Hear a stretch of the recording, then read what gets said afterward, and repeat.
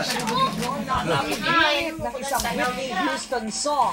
Tanagin ma, kung sa guys ano nakita naman. 1 milyon na ang views nito sa naturang video sharing website. Nagpapatrol si Trini Cane. Sa labas ng isang appliance store sa Valencia City, Bukidnon, bumibirit ang batang si Ruel Manlang. Kung wala pag itilis. Panghod yan sa likod, contest.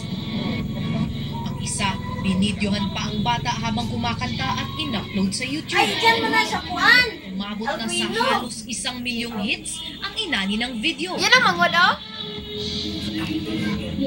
Pinuntahan ng ABS-CBN si Ruel sa isang KTV sa terminal namin siya inabutan.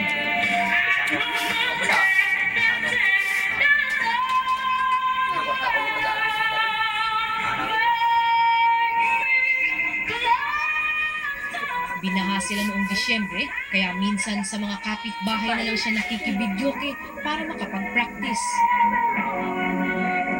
Kasi po nasira po ang aming TV at CD po sa baha po. Natuto siya sa kanila, sa kanya lang pananariling talento. Proud ko sana po. Sumasali si Ruel sa mga pa-contest at ang napapanalunan, ginagamit niya para ipaayos ang kanilang bahay.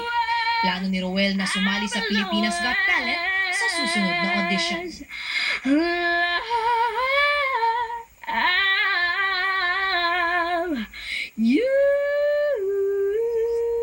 Trini Cane, Patrol ng Pilipino, Valencia, Bukidnon.